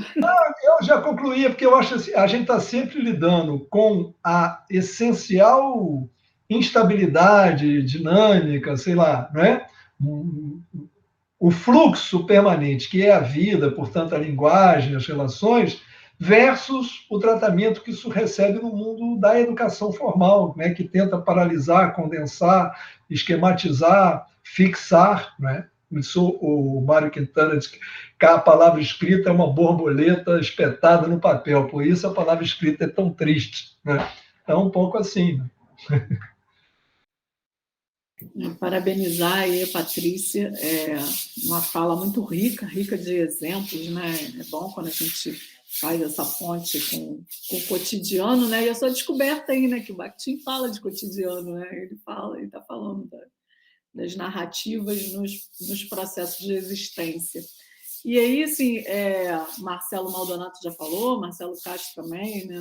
Não teria grandes contribuições, mas só para fazer uma relação que acho que é importantíssima, até para quem está se aproximando do Bakhtin, essa questão da ideologia, do que ele pretende mostrar que a ideologia, como neutralidade, não existe, né? Não existe esse lugar de... Né, todo mundo está numa relação, né, numa relação de poder, numa relação hierárquica, e aí a sua palavra tem, né, mais força num momento e menos força num outro momento. Enfim, a gente está nesse lugar que ele vai chamar, que ele fala que a arena é uma arena, né? É uma arena de disputas, a palavra é uma arena de disputas, né? Então ele vai, né, que dá bem a medida desse momento que a gente vive das disputas de narrativas.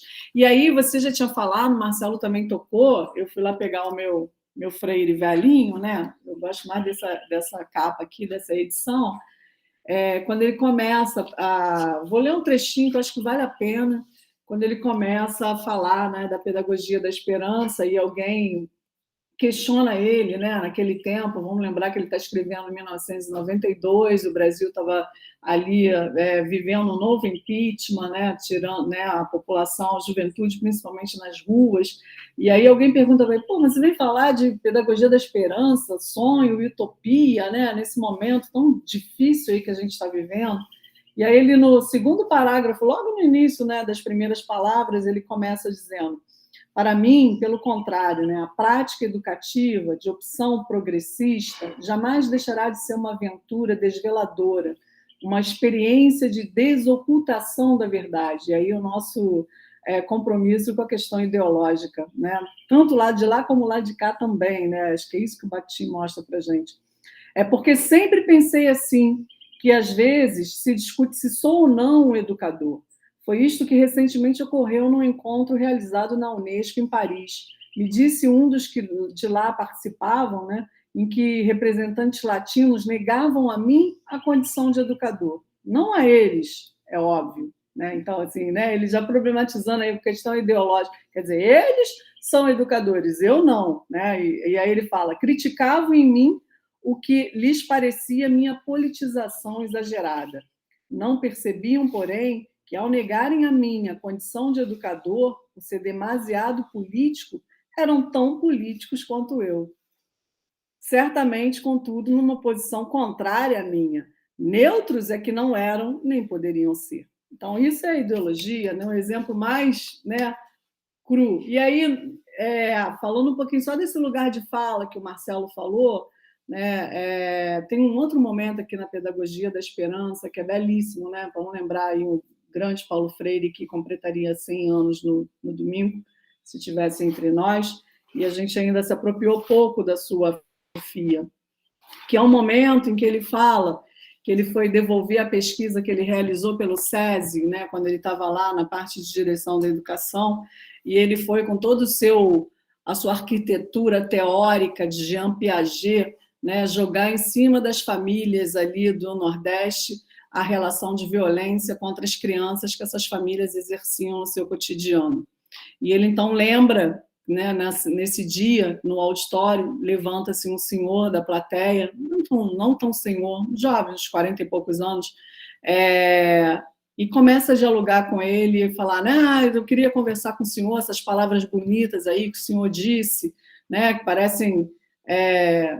que nota-se que o senhor estudou muito para fazer isso, que tem umas palavras complicadas, mas a gente consegue entender o que o senhor quer dizer, e aí vai dialogando com ele, e ele passa a dizer que depois desse dia, nunca mais ele esqueceu esse homem, né, que o indagou ali naquele momento, que ele falava assim, o senhor já foi na nossa casa? O senhor sabe onde eu moro? O senhor sabe como eu vivo? Aí ele fala, o senhor nunca foi, mas eu posso dizer como é a sua casa. Ele começa a descrever a casa do Paulo Freire, né? O número de quartos, que era uma casa num terreiro solto, né?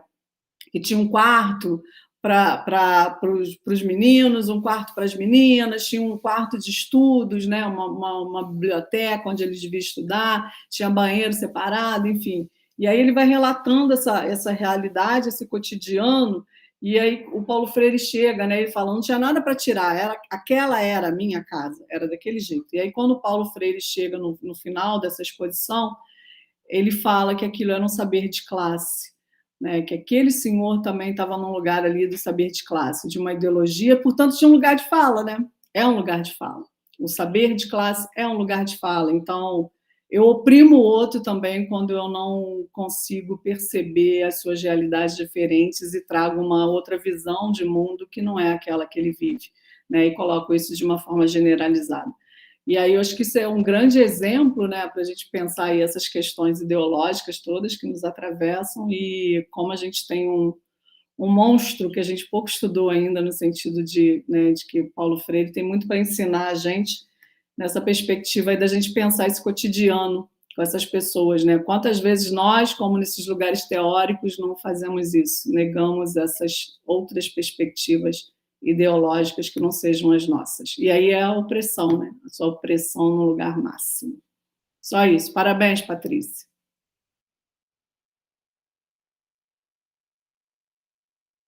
O pessoal está inscrito, não estou vendo aqui, não quero passar na frente de ninguém. Não, né? Não está ninguém inscrito? Posso falar? Então posso. Né? Não tem ninguém levantando mãozinha, nem que eu tenha visto aqui. Não, também queria dar os parabéns para a Patrícia, que começou tão humildemente, dizendo que não leu, que não sei o quê, né? Estava escondendo o jogo. Estava escondendo o jogo. Lá no Sul, o pessoal diz assim, essa fez um primário bem feito, né?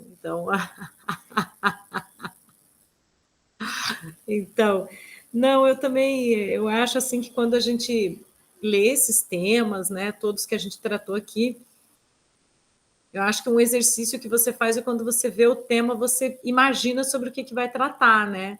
E é bem aquilo que você imagina que vai tratar, no caso do Bakhtin, né? Ele vai desmiuçar esse tema, vai trazer, vai mostrar para a gente que também a gente não domina esses sentidos que a gente atribui às coisas, a gente também não tem um domínio total e racional sobre eles, né? Porque é uma construção, então eu acho que isso é o que mais me bate. Eu também, quando leio o Bakhtin, assim como a Patrícia, eu também não é a minha leitura primeira, né? Que eu tenha assim, um aprofundamento, que nem o Marcelo Maldonado, né? Não, eu não tenho esse aprofundamento. Então, quando eu leio, eu também faço essa coisa meio comparativa, que eu sei que algumas pessoas não gostam. Eu tinha uma professora na PUC que ela dizia assim, não, você leu o Bakhtin, agora você vai falar do Bakhtin. E aí, depois, se a gente for discutir o outro tem que ter lido também para a gente poder discutir. Mas eu acho que me ajuda, assim, quando eu faço um pouco essa comparação, sabe? Internamente para o meu próprio aprendizado, para que eu consiga ligar isso com alguma coisa, né? E eu acho que nesse ponto que ele fala da ideologia, mais uma vez eu digo isso, eu acho que ele vai bem mais fundo do que o Vygotsky, né? Eu acho que ele consegue desenvolver bem mais essa questão do que o Vygotsky conseguiu no seu curto tempo, né? Também de produção, enfim. Ele anuncia, ele vai falar desses sentidos, né? Ele vai falar dessa construção e tudo, mas ele vai anunciar essa subjetividade, mas ele não vai trabalhar exatamente com isso. Então, eu acho que o Bakhtin traz uma contribuição incrível para isso, e aquilo que a gente vai falar, né? Que tudo tem essa, por mais que a gente tente, né, Marta, que você falou aí, não oprimir também, né? Não querer que o outro veja pelos nossos olhos, ou que aquilo que eu espero que seja melhor para ele seja, mas eu acho que a gente sempre, de uma certa forma, faz isso, né? Enquanto professor, eu sempre, assim, quanto mais velha eu fico na profissão, eu acho que mais consciente eu fico, assim, dessa questão de não querer doutrinar, né? Do pudor de fazer isso com os alunos, quando você escolhe os textos e quando você leva, eu fico sempre pensando, e hoje acho que com essa apresentação da Patrícia eu fico ainda com mais medo. O buraco ainda é mais embaixo, Patrícia. A coisa é mais quente ainda, porque se eu não... Tem um slide aí que você ficou mostrando, que você passou, depois eu vou voltar a ele, né? Que tem um aspecto, né? Mas tem outros ainda, quer dizer, você está ali defendendo uma ideia, né? Mas você está esquecendo todas as outras que te construíram, né? Parece que para você defender uma ideia, você meio que esquece do restante das questões que envolvem, né, aquela ideia. Então, é muito difícil. Mas eu gostei bastante, acho que me ajudou essa tua leitura, essa leitura que você trouxe hoje vai me ajudar também a pensar sobre isso, né? Quer dizer, é mais uma lente que você traz para essa construção. Olha lá. O que é, Marcelo? Ligue o áudio aí, Marcelo. Não, eu vim aqui procurar uma outra coisa na página do UOL, que eu vi cedo, que é um artigo sobre essa questão, o aproveitamento feito sobre a suposta ideologia de gênero, né? Mas, antes disso, tem uma decisão liminar da Justiça que proíbe o governo de atacar a dignidade do Paulo Freire, né? Que é uma notícia importante. Em decisão liminar, a Justiça Federal do Rio de Janeiro proibiu o governo federal de, aspas, praticar qualquer ato institucional atentatório à dignidade do professor Paulo Freire, considerado patrão da educação brasileira, que, se estivesse vivo, completaria 100 anos e tal. Foi deferida ontem à noite pela juíza Geraldine Vital e tal, atendendo ao Movimento Nacional de Direitos Humanos. Tal. Então, mas eu vim aqui para procurar uma outra, um artigo, eu não li todo, mas que está hoje na página do UOL, sobre o aproveitamento dessa questão do... não estou achando aqui, mas, enfim, que fala, né, como é que a escola, né, a escola é um espaço, né, onde a gente constrói uma narrativa sobre a vida, né, e tudo mais, certo? Não tem, então, quando se diz a escola sem partido, não existe, né, não existe você não ter partido é tomar um partido, por exemplo, né? Os defensores do meu partido... dar as costas, inclusive, para toda a barbaridade, toda a opressão, né? Quando você se coloca como eu não defendo nada, então... É como acho que foi o Roberto Lerer que uma vez falou assim, todos pela educação. Aí ele falou assim, não, acho que é mais assim, todos os empresários pela educação. Porque quem são todos, né? Por qual educação? Todos por qual educação? Se você dizer todas as pessoas do Brasil, você não consegue construir um consenso acerca do que elas querem com a educação. Né? Então, que todos pela educação é isso? Né? Ou escola sem partido é um movimento apoiado fortemente por pessoas que têm alinhamento partidário, por pessoas que apoiam um governo que está se sustentando com uma coalizão de partidos conhecida tradicionalmente como centrão, uma coalizão fluida, diga-se de passagem, que muda muito de configuração.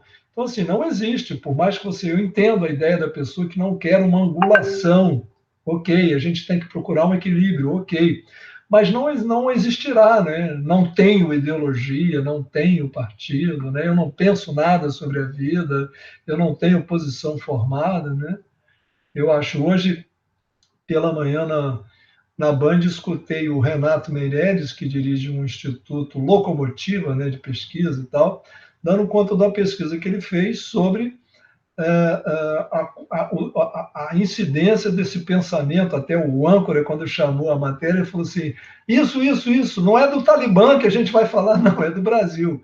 Pessoas que acham que as mulheres têm que cuidar da casa, pessoas que acham que tem que ter o governo tem que ser, a política tem que ser com base na fé e coisas do tipo, não é? Que a gente considera que estariam superadas. E por que elas não se manifestavam, não é? Onde é que elas estavam? Então, quando eu, não sei lá, no discurso de posse, acho que foi no meu primeiro mandato de decano, a universidade vinha de uma longa crise de vários tiranetes, inclusive de um reitor, né?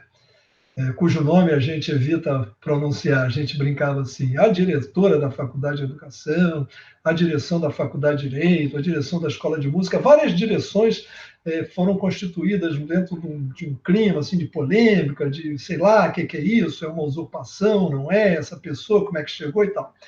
E eu, no meu discurso, digo, olha, essas pessoas podem, no máximo, ser a face grotesca da crise, né? Mas a crise é nossa, é estrutural. Como é que essas pessoas chegaram lá?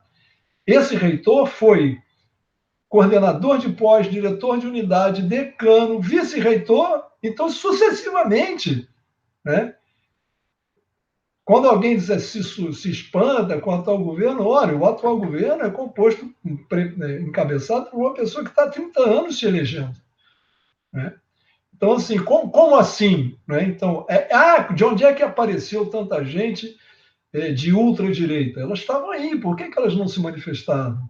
E por que elas se manifestam agora? O que permite a elas uma manifestação? Marcelo, mas elas não se manifestavam, mas elas agiam.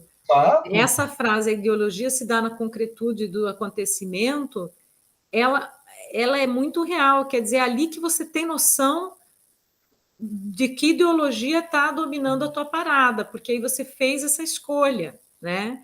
E eu acho que ser professor é ser muito confrontado com isso. Quando você, digamos, segue algumas regras, vamos imaginar na sala ou da própria instituição e tudo, os alunos questionam isso, né? E eles vêm e questionam alguma coisa. E se a tua resposta é só, porque isso foi criado pela instituição, então todo mundo vai seguir, né? Isso está mostrando também o meu lado na situação. E eu vivi muito isso na coordenação de estágio. Eu acho que foi o momento mais difícil para mim, foi a minha chegada na UFRJ, e que os alunos vinham questionar por que para fazer o estágio eles não tinham o passe gratuito, né?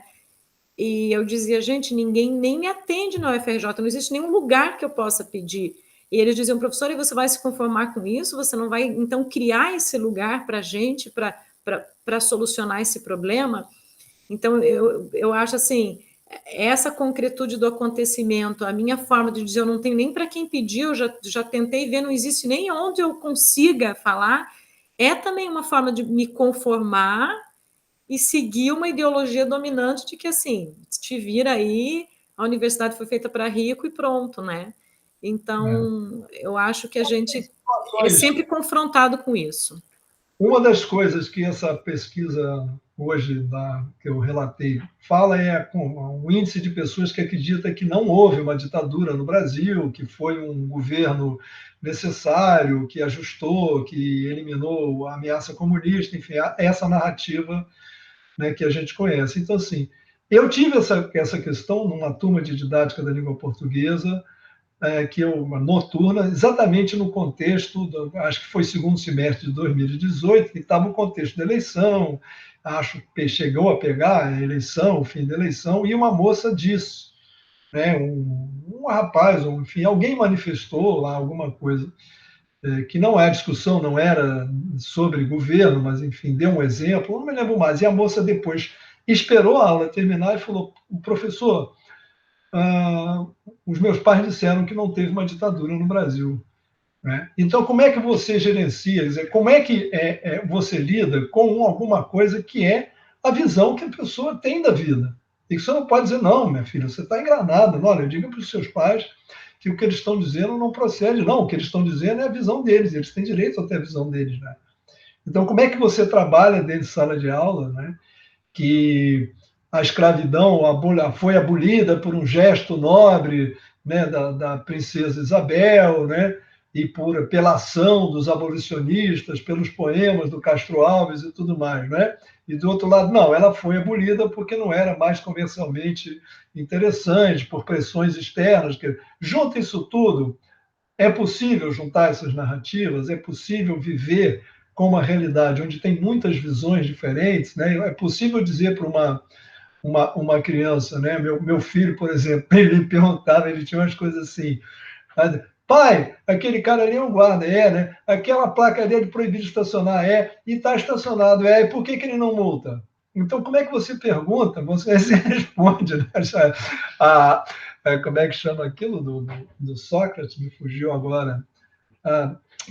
Peripatética, né? O exercício peripatético com o Pedrinho era sempre complicado para mim. Então, assim, como é que você diz? O que você diz para uma criança? Não, depende, né? É relativo, né? Se uma criança te pergunta, aí pensa no professor em sala de aula, ou um jovem, como essa moça.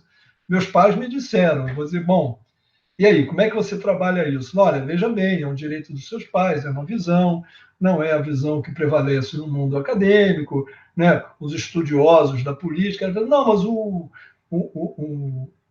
ideólogo X ou o historiador X diz que sim, ele defende, ele comprova. Agora, por exemplo, um site assumidamente petista, que é o Brasil 247, está fazendo grande alarde de um documentário que está liberado agora sobre a facada, né? Na verdade, o documentário tenta mostrar que não houve uma facada no Bolsonaro. Aí está sendo o próprio um dos membros do Intercept contestou, a Folha contestou, aí o cara diz, não, então vem discutir comigo.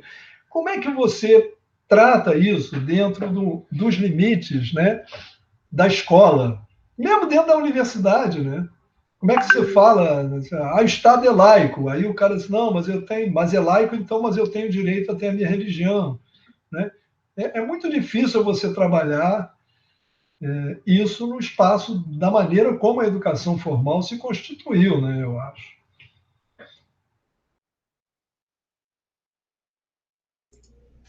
Eu me lembro que quando eu cheguei na universidade, a primeira turma que eu peguei em 2018-2, foi a turma de prática de ensino dos anos iniciais.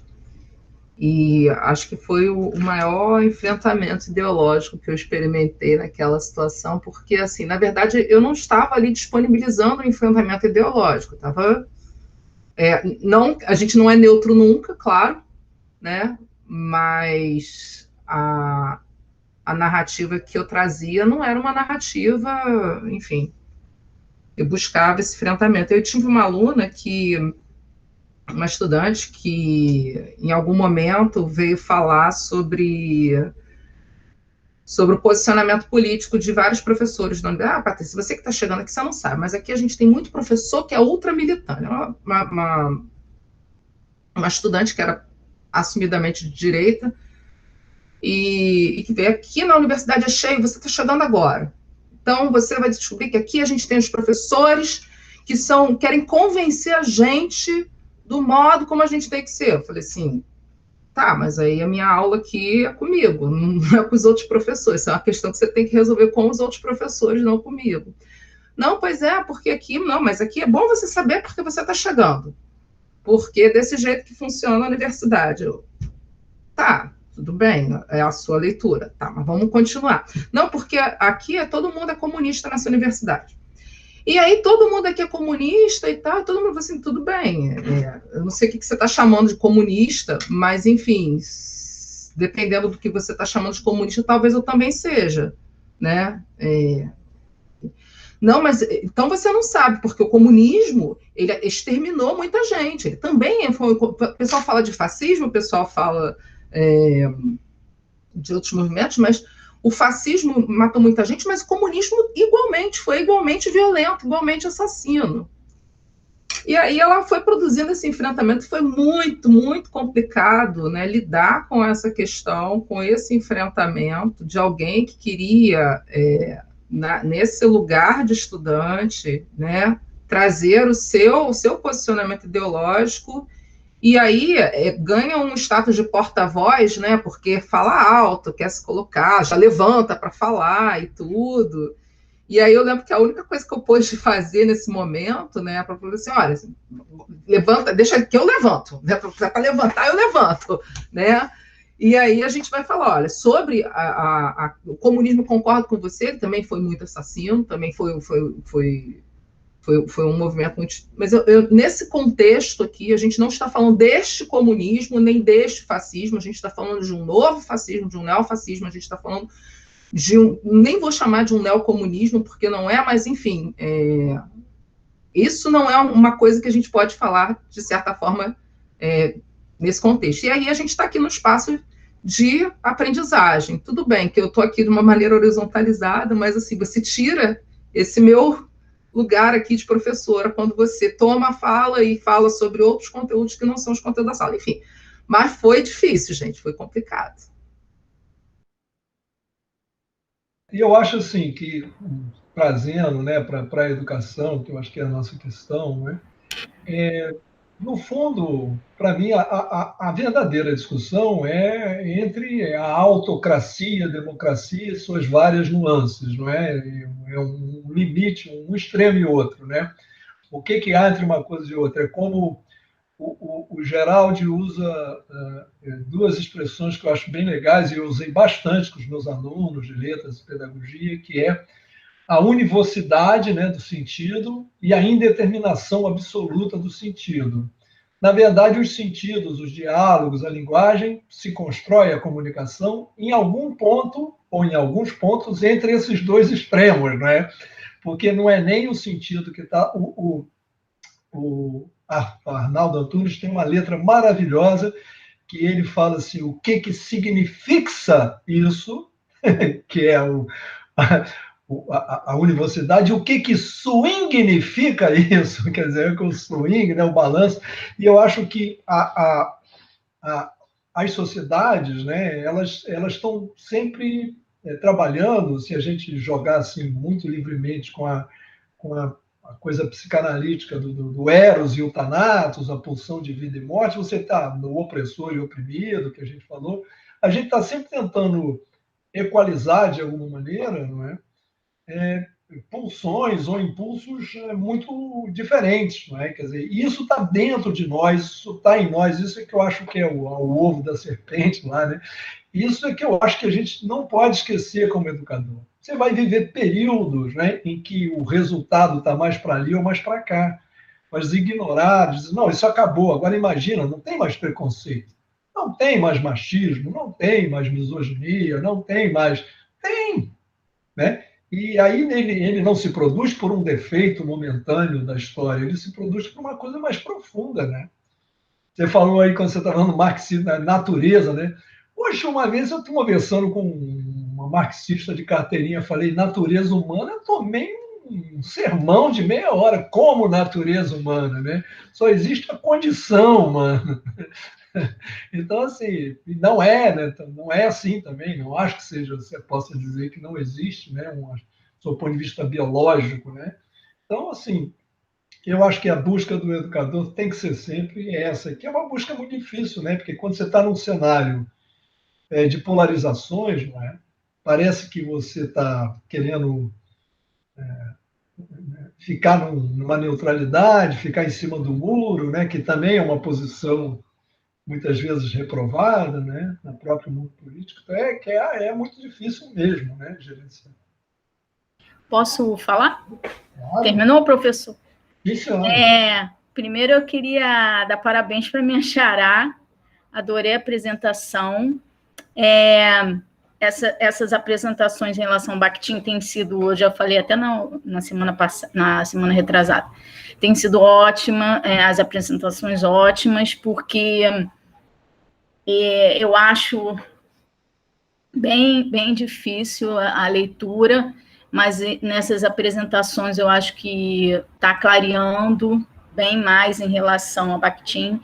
Eu já tinha lido, né, um mestrado, discutido um pouco, uma disciplina da Cecília Goulart, mas ele ainda me provoca o tempo todo a fazer várias reflexões e as apresentações estão clareando bastante.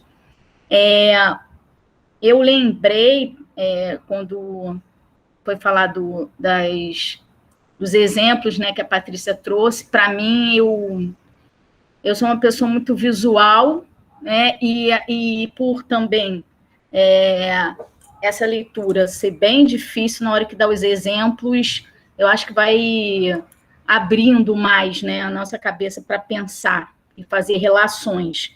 E eu lembrei de um professor lá da UF, o professor Armando, que eu gostava muito, que ele falava que quando a gente não estava entendendo muito bem aquele teórico, né, a gente podia ir para algum lugar, né, de fala de outros que tivessem escrito sobre ele, para ver se aquilo ia fluindo mais. E aí ele foi falando até na época que a trajetória dele ele não saiu da universidade, foi para o mestrado, doutorado e tal, ele foi bancário, então ele teve uma outra vivência e ele foi para esse lugar. Então eu acho que isso facilitava a gente na época, né? Então muitas vezes eu faço esse movimento. Então, para mim, eu acho que vai clareando. E com isso, em relação às falas, eu lembrei também desse lugar, da questão da ideologia, desse lugar, né, do nosso lugar de fala, que eu tive uma disciplina no mestrado, logo no primeiro ano, que eu lembrei também quando a Marta falou, do Paulo Freire, que eu me propus a escrever, eu tinha que fazer um trabalho, e eu falei que eu ia escrever sobre implicações marxistas na obra de Paulo Freire, porque era o meu lugar de mais conforto para escrever numa disciplina em que falavam de vários teóricos, vários filósofos, e muitos que eu não tinha nem escutado ainda. E esse grupo, e esses professores eram marxistas, né, de um grupo marxista.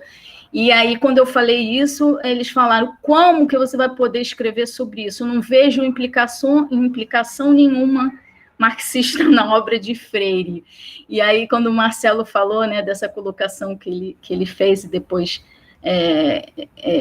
falaram em relação à questão humana e tal, aí eu lembrei disso, né? Esses lugares, a questão da ideologia, esses lugares de cada um. Eu vinha de uma escola que trabalha com educação de jovens e adultos, mas uma escola filantrópica, que na época só tinha mulheres, e depois eles abriram para homens à noite. Então, como é que ela quer falar de implicações marxistas na obra de Freire, trabalhando com jovens e adultos, numa escola que só tem mulheres, numa escola de Copacabana, que tem a questão da filantropia, que essa filantropia é para poder ter benefícios, né, e não oferecer a educação para os alunos. Então, aquela ideia toda já estava formada em relação ao que eu poderia apresentar, né, e depois eu consegui escrever, né, e o professor ficou meio assim, balançado na hora quando eu apresentei o trabalho. Então, esse lugar, o tempo todo eu estou pensando, e em relação a esse trabalho de jovens e adultos, porque todo dia eu escuto uma fala desses alunos, e aí eu vou juntando e pensando, né? Esse lugar de fala de cada um, e como esses discursos estão permeados de tanta ideologia, que às vezes a gente fica assim, difícil, né, nas relações, quando a gente está num grupo de estudos, ou outros grupos que a gente tem, da universidade, amigos nossos, a gente sente aquele conforto, né, e aí hoje eu sinto que no momento que a gente está vivendo, em outros espaços a gente tem que o tempo todo se policiar para ver onde você está, com quem você está falando, quais são os grupos que você está falando, porque tudo gera uma questão, essa polarização, tudo gera um problema, tudo gera uma questão, uma imagem, né, que você vai fazendo que às vezes atrapalha bastante, né. Então, é só assim, um agradecimento, uma colocação em relação do que foi falado e um desabafo em relação a isso, porque está bem difícil, né? Eu já ouvi até assim, agora vai falar a professora que vai levantar a bandeira vermelha, que era eu em relação à educação de jovens e adultos, né? Então, é bem complicado esse momento aí. E esse grupo, assim, os grupos de estudos, e esse grupo, né, ele dá um alívio, assim, para a gente. Fiquei até emocionada agora, porque está bem angustiante.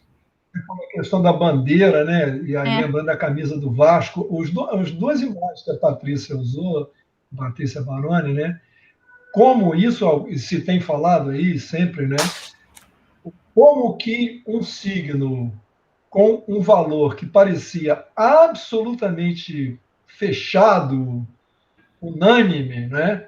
Que é a bandeira do Brasil para os brasileiros todos, de todas as crenças, ideologias, não é? Aquilo é o meu país, vem a Copa do Mundo, Olimpíada mesmo, né? Todo mundo bota as cores do Brasil, e agora esse signo está lido como apoio a um determinado grupo político, a um determinado conjunto de ideias, e aí você recebe uma convocação, e aí já não para também libertar-se do vermelho, né, que está identificando outros brasileiros com outras posições, então venha de preto, né? Mas aí você com preto significa, aí o preto já tem todas as suas conotações, né? O preto é o luto, essa coisa toda. Pô, mas o preto é o luto? Como assim, né? E tem a visão, né, do racismo, né? Outro dia eu recebi uma proposta para analisar vinda de uma servidora do IFIX, o seminário era sobre negritude e branquitude. O layout era todo preto, nuances de preto com branco, né? Assim, misturas diversas de preto com branco. Então, assim, eu acho que a gente está, essa questão da ideologia que a Patrícia trouxe, não é? Ela está aí para a gente ver, para a gente interpretar, por isso que eu brinquei, realmente, dentro da sala de aula, não é? A gente vai estar sempre sendo desafiado, né? Tem o professor, né? O professor é chamado para ocupar esse lugar impossível da pessoa que está equidistante de todas as ideologias, né? Como assim, né?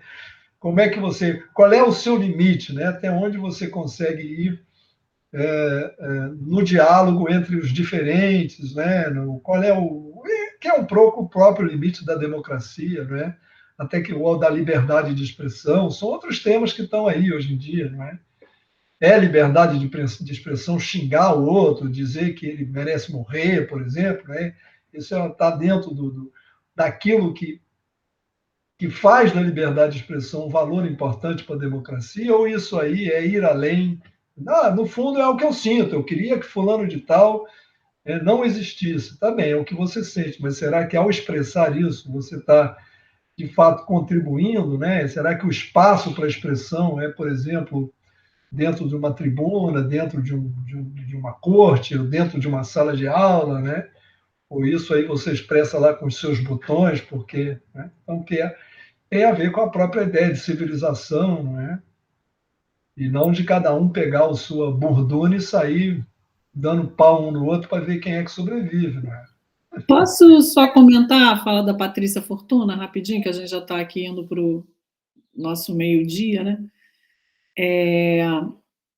Patrícia, Paulo Freire vai falar, né, aí fazendo esse diálogo com a questão da ideologia, o tempo inteiro da necessidade da gente se posicionar, né, da gente respeitar essas diferentes visões, mas a gente não se silenciar, né? Ele vai falar da cultura do silêncio, que acaba sendo uma opressão, porque nos coloca num lugar de objeto, né? Então, da importância da gente assumir esse lugar de sujeito, né? Desse sujeito que tem a dizer, que fala e que se expressa e que defende os seus posicionamentos, os seus lugares, e da gente não se negar a isso, porque a opressão virá o tempo inteiro para nos silenciar, né? Para nos calar. E aí tem um diálogo dele belíssimo, e delas, né, das mulheres afro-americanas, principalmente Bell Hooks, Audre Lorde, todas elas vão falar dessa importância da gente assumir esse lugar de sujeito e de falar. E fazendo um diálogo com Lélia Gonzalez, né, que vai falar, o lixo vai falar, né, e tudo bem, que é esse lugar também que nos coloca nesse lugar do objeto. Então, mas a gente precisa assumir isso. E só assim a gente vai romper a opressão, não tem jeito, é só desse jeito, é libertando o opressor, a gente faz isso. Então continua, querida, continua, respira, pega a esperança lá do chão, limpa ela, né? Tira o arranhadinho, dá um soprinho, dá um beijinho nela, bota de novo e vamos lá, é isso. Tá, obrigada. Estou vendo aqui a observação da parte que o filho dela, no Gustavinho, queria aprender o hino nacional. Eu acho muito complicado. Eu né, vivi a minha escola toda, o antigo ginásio e tal, em plena ditadura. A gente usava uma roupa que era uma imitação de uma farda militar, não é? Do próprio uniforme do colégio militar, de certa maneira, com toda aquela lógica de divisas, estrelas e fazia fila por ordem de altura, cobrir por ordem de altura, cantar hino, hastear bandeira. Eu não acho que eu fiquei nem mais nem menos patriota por causa disso, porque eu acho que tem um sentimento de patriotismo, né? Está bem sugiro para quem não leu o famoso poema do Vinícius de Moraes, Pátria Minha, né? Minha pátriazinha querida, minha pátria não tem lábaro, né? É um sentimento seu, você está aquilo desde eu fico emocionado, né? Quando canto o hino, nunca me acostumei com o hino brasileiro. Agora, isso não me impede de ter uma visão crítica do meu país, né? nem me leva necessariamente a adorar falsos ídolos, né? Autocratas e ditadores, entendeu? Mas eu acho que, de fato, é uma decisão, eu compreendo. E queria dizer, só para terminar, a gente está falando, né? Ao passo que a gente está agora com essa questão de que muitos dizem, foi sequestrado, né? O verde e amarelo foi sequestrado. O presidente, ele até parou um pouco agora, mas o presidente tem com uma característica aparecer com camisas de clubes, não é? Ele usa várias camisas de clubes diferentes, né? Já usou do Flamengo, do Vasco, senão o Flávio apareceu, né? Que os presidentes queriam lá uma medida provisória para o mandante poder negociar a transmissão. Ele usa várias camisas e nem por isso é considerado alguém que esteja usurpando, né? Quais são os verdadeiros times do presidente, né? Quando ele estava em campanha, ou assim que ele assumiu, ele se disse palmeirense, né? E foi, inclusive, o Palmeiras havia sido campeão, ele foi entregar a taça, enfim, alguma coisa assim. Aí, em alguma rede rolou aí já que ele também é torcedor do Botafogo, mas, na verdade, isso não cola na imagem dele, ou só cola a favor, digamos assim, quer dizer, apesar de palmeirense, ele bota as camisas dos outros clubes. Então, veja como é que é diferente, né, o entendimento que se tem das coisas, não é?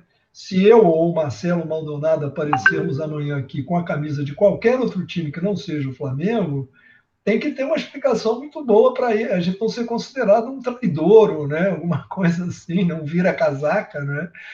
Tá certo? E assim, não tem então lugar de fala e tem a maneira como você olha para as coisas também, né? Como é que você analisa, né, o seu as suas condições, eu gosto no caso da escrita, as condições de produção. Acho que você não pode analisar texto nenhum ignorando as condições de produção, né? Como é que foi aquilo? Quanto tempo teve? Em que ambiente que fez? De quem partiu aquela proposta, né?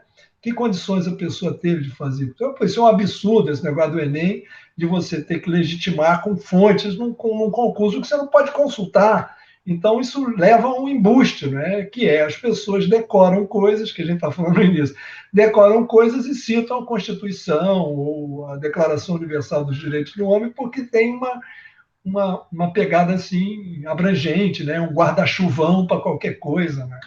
Então, é uma impostura isso. Muito bem. Posso dar um recadinho aqui? Já é o final? Posso fazer isso? Claro, claro. Então, a gente vai passar hoje, né, Luciene, o banner aqui, que já está pronto para o evento do dia 8, que vai ter a professora convidada, a professora Débora Monteiro do Amaral, né, um convite da Luciene para ela, professora da Federal do Espírito Santo, e junto vai ser, um evento do GRAF dentro das comemorações do centenário, né, do Paulo Freire, que agora é dia 19, enfim, o nosso vai ser um pouquinho mais tarde. Mas aí vai ser o lançamento do vídeo também, que os nossos extensionistas produziram. O vídeo se chama 40 Horas na Memória, o legado de Paulo Freire na alfabetização de adultos. Ficou bem lindo, mas só dia 8 que vocês vão ver. Não tem spoiler. E aí eu queria combinar o seguinte, furou um pouquinho, então, o nosso cronograma, porque a nossa convidada vem dia 8. Então, eu queria combinar com vocês, se a gente volta só no dia 8, né? E a semana que vem não teria na outra, e aí dia 8 não teria. Então, se a gente deixa essas duas sem, volta dia 8, ou se a gente faz a próxima, que aí vai ficar...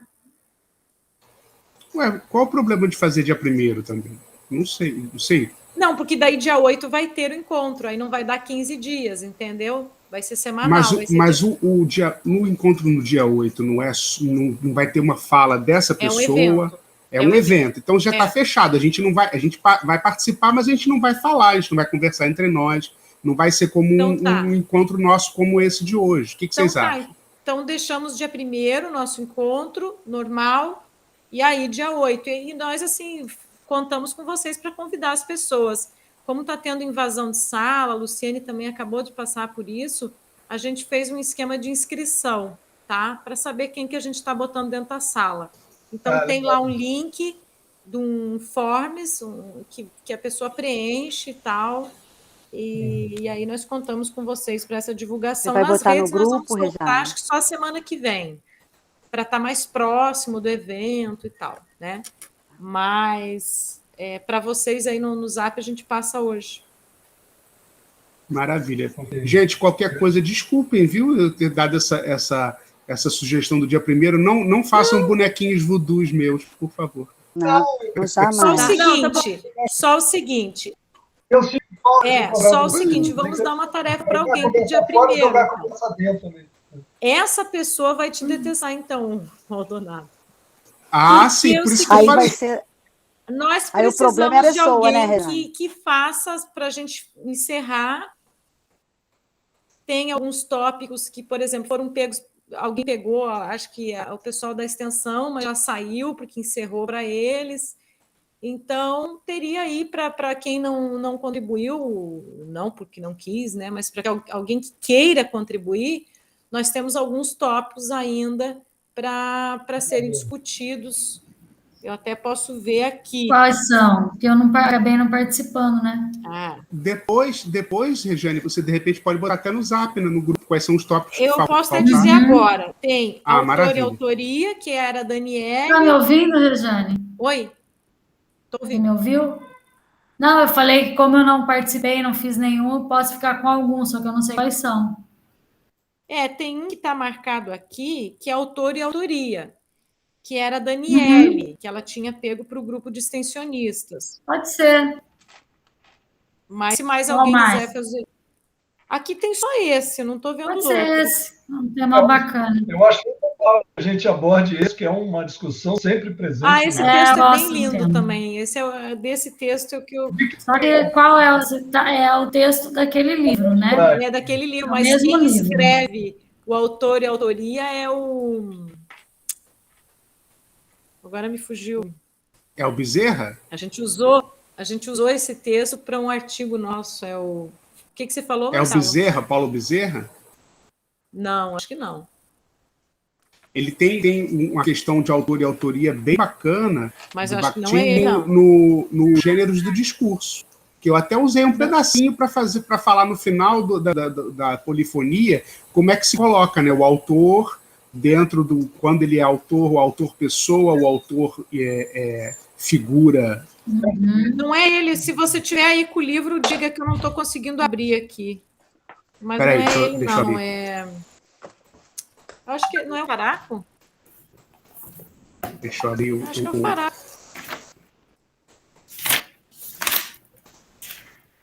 Beth Byte. Tá aqui o livro. É o Faraco. É o Faraco,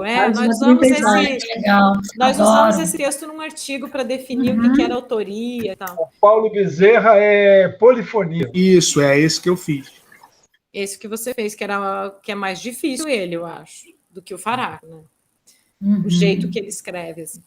Mas então, ótimo. Vocês são ótimos, já está tudo combinado. Já mandamos aí para vocês, então, o banner, a divulgação do dia 8. Maravilha. Só vou Luciene, desculpa, não me queira mal, tá? Luciene, não me queira mal. Não me queira mal. Por quê? Porque eu te joguei nesse fogo. Não, mas beleza. Não, e nós vamos inaugurar, nesse dia vai ter avaliação. Meu! Comenta. 152. Eu vou ter que me preparar bem. 152. Conceitos bactinianos. Agora descreva-os. Avaliação, vai ter prova, né? Vai ter sabatina oral. Todo mundo vai ser sorteado, vai ter uma pergunta, vai ser sorteada. Ainda bem que eu já passei. Ainda bem que eu já fui. Minha parte já foi no dia da sabatina. Não, vai ter. Não, mas vai ter um quiz para todos os participantes sobre todas as apresentações. Vai ser retrospectiva. Retrospectiva Bakhtin.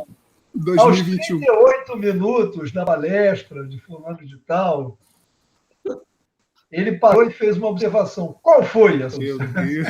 E quando errar, tem que vaiar. Eu tinha umas provas no meu tempo de colégio que era assim, né? O cara queria saber se você tinha lido o livro e perguntava uma coisa que estava no meio, achava que era uma esperteza, né? Estava lá no meio do capítulo.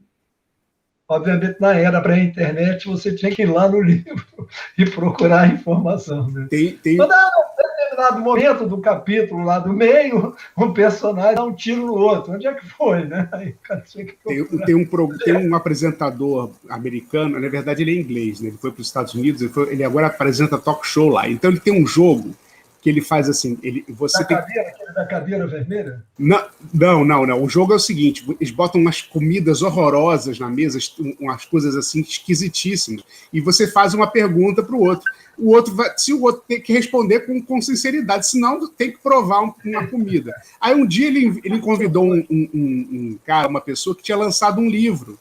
E aí a pergunta da pessoa para ele, que obviamente a produção fez, foi assim, em que parte do meu livro existe tal coisa assim, que o cara tinha falado que tinha lido. E eu não tinha lido coisa nenhuma. Ele foi lá e teve que comer uma comida horrorosa. É genial isso, gente. Muito bem, gente. Eu vou aqui, assim que acabar, eu vou compartilhar o link da apresentação da Deunice, né? Eu não sei se já vai estar disponível de hoje, tá? Da gravação. Se tiver, compartilha isso também, tá bom? Lá para não... Vou interromper a gravação aqui, inclusive, para não... Enfim, ficar egoisticamente com ele só para mim, né? Tá? Então, tchau, né? Tchau, tá bom? Então, dia 1º,